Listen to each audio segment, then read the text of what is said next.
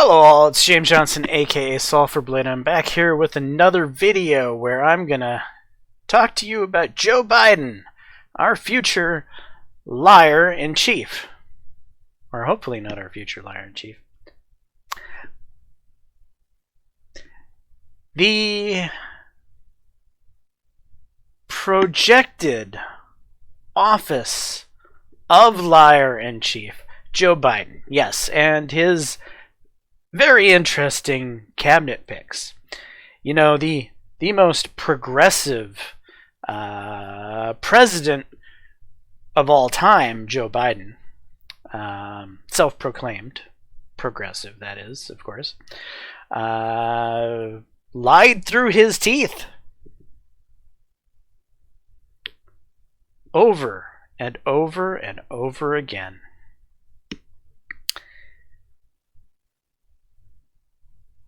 He made all these promises to Bernie, and he made all these promises to the squad. Guess what, progressives? Guess what?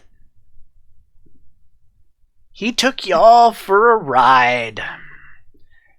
And you know it too. You could tell by simply looking at his cabinet picks. Let's see, who do we have here? Well, other than Kamala Harris, who was the most progressive senator in Congress, now vice president, and probably future president. That's about the only place you can pin your hopes. But how much she will be able to do once she becomes president 2 years from now?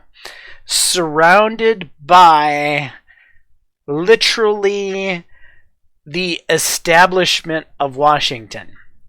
Yes, that's right. Joe Biden is putting the establishment cronies back into place. The old establishment Democrats are not going to let Kamala Harris do shit. It's just not going to happen. Just like they wouldn't let Bernie get elected. They stole the primary from him. Not once, not twice. You know, you guys would have been better off with Trump. And I bet that a lot of you are realizing that right now. So let's look at Anthony Blinken. Anthony Blinken, the famed interventionist. In his roles in the NSC under Obama and as Deputy Secretary of State, Blinken advocated for a more robust U.S. involvement in Syria conflict and notably broke with his boss, Biden, to support the armed intervention in Libya. He was also a close aide to Biden when the then senators supported the U.S. invasion of Iraq in 2003. He continues to believe that diplomacy needs to be supplemented by deterrence, and force can be necessary adjunct to effective diplomacy. In Syria, we rightly sought to avoid another Iraq, but not doing too much. But we made the opposite error of doing too little. Whoa, he actually admitted they fucked up. But that's a way of you know, saying, oh, well, maybe we weren't completely right, but I still think we were right. You know, that wasn't an actual admittance of we're warmongering fools, which is exactly who this guy is. If you think you're gonna go. You think you're going to have this wonderful administration of peace? No. You're going to be drone striking people in the Middle East every other day, just like you did under Obama, the drone striker in chief. But hey, we want peace in the world, right? Bullshit. Okay, so there you go. The warmonger-in-chief interventionist shall be the Secretary of State for Biden. Oh, and then we have Mayorkas, which is Alejandro Mayorkas, who's the guy who created DACA under Obama. Now, some of you may have heard about the whole DACA, or Deferred Action for Childhood Arrival Program, and you think, that sounds like a nice thing. Maybe that's a good program. Is it, though? Is it really? Let's think about what DACA is. I'm going to use the quote-unquote term that is so vile and reprehensible. Anchor babies. Did I just shock you? Is anchor babies the most vile term you've ever heard in your life? Do you understand what it means? Maybe you do. It means that, hey, if we can get our child to the U.S., at least our child can be in the U.S. You understand this, right? You understand that people all over the world want to live in the U.S., except for American citizens, of course, who think who honestly thinks the U.S. is the most evil country on the planet, and they want to burn down all the buildings and burn down the flags and tear down the country because we're evil and bad and corrupt. But yet, hey, let's make a program that makes it easier for illegal immigrants to get into the country. How dare you think DACA is a bad program? Those are just helpless, poor, defenseless 2, 3, 4-year-old children. They should be nurtured and helped, and you're heartless and mean. No, they're anchor babies. That's exactly what they fucking are. So, don't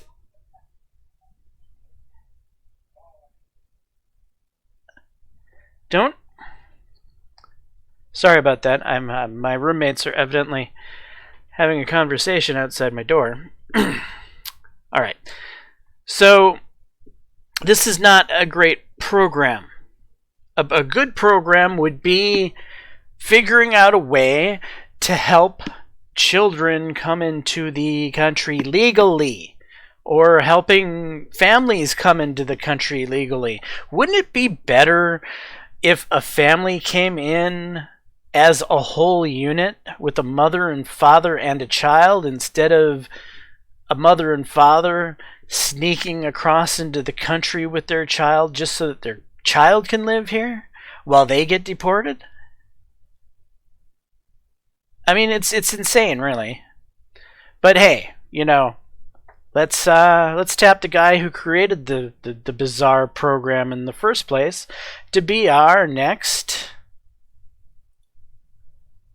Secretary of Homeland Security. The guy who's supposed to defend our border from illegal immigrants. Ah, right, that guy. And then there's Ron Klain. Well, Ron Klain is about as establishment crony as it gets. He's Joe Biden's former chief of staff. He's Al Gore's former chief of staff.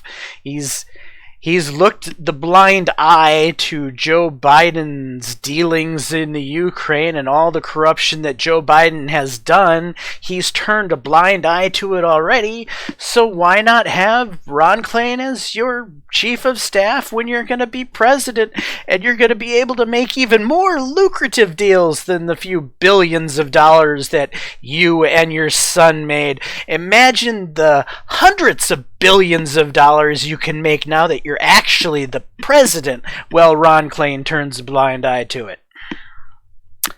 Ah, yes. And then we'll have Avril Haines, the woman who turned a blind eye to all of the CIA waterboarding and other torture that was done under the Obama administration, and then wouldn't actually when she discovered it, was like, oh, nothing to see here. I'm not going to discipline them. Even overruling the CIA Inspector General by protecting these people. Yeah, that's the Avril Haines, former swamp rat, who's back to be Director of National Intelligence. Oh yeah, the same former acting Director of National Intelligence who helped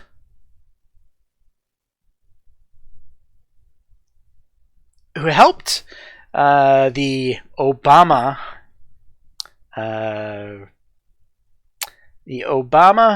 off-going,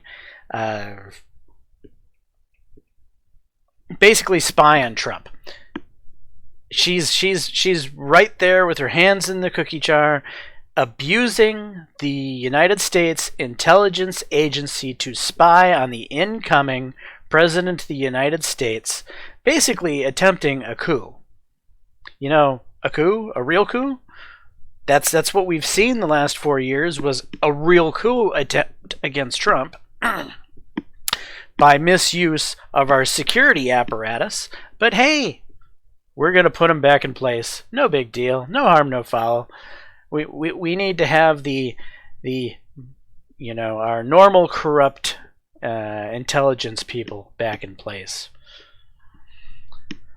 But hey, it doesn't stop there. No, the craziness doesn't stop there. Now, check out this guy. The Special Presidential Envoy for Climate Change is none other than the richest politician of the group.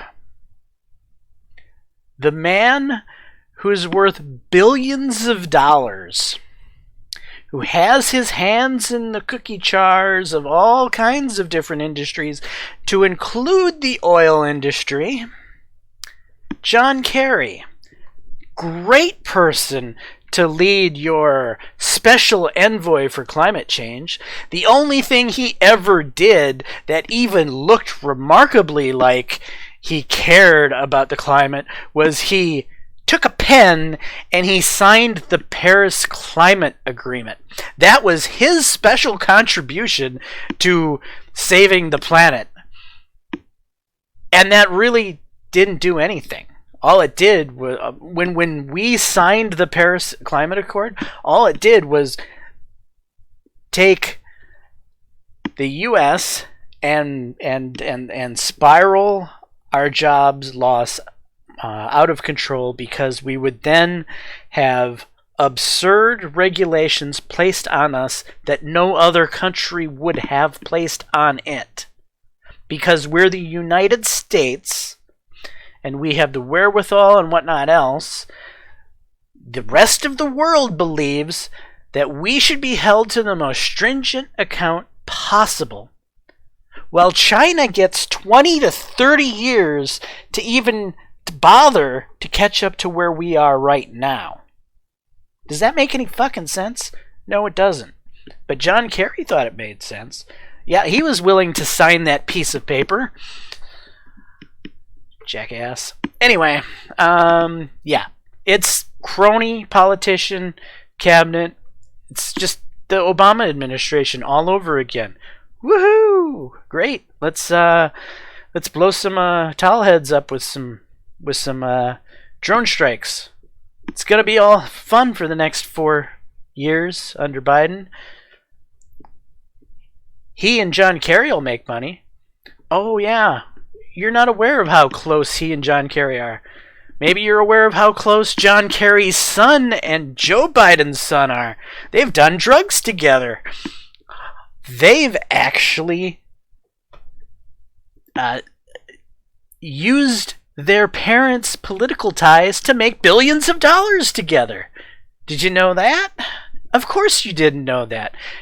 Mainstream media hid all of the Biden corruption issues from your eyes so you wouldn't know anything about it prior to the election.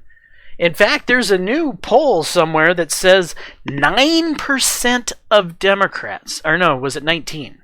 It was 1 in 6, which would be closer to 19%. because 20% is 1 in 5. So yeah, it's like 19% of Democrats would not have voted for Joe Biden had they known he was as corrupt as he was. That's right. If they had known he was as corrupt as he was, they would not have voted for him. Now, if we took that many people in all the swing states, Trump would win by a landslide. Yes, there's that many people who are actually upset that they voted for Biden because they were not informed about all of his corruption allegations by mainstream media, by the news. You know, that's the news's job, is to inform the fucking American people about who they're going to be voting for so that they can make an informed decision when they go to the polling place. But that doesn't happen. Not in the United States of current US of A, where the mainstream media is nothing but a bunch of liars that fucking promote propaganda for you for the DNC. But yeah, that's the world we live in. Well, YouTube bans freaking conservative media left, right, and center. The people at CNN, NBC, ABC, and CBS lie to you every day, and you believe it. Anyway, I hope all you progressives out there are happy with your new progressive cabinet that's going to make all your progressive wish list dreams come true. Anyway, I'm James Johnson, aka Sulfurblade. This is my content. Hopefully you're enjoying it. If so, please leave a like and subscribe. And until the next time, all, peace.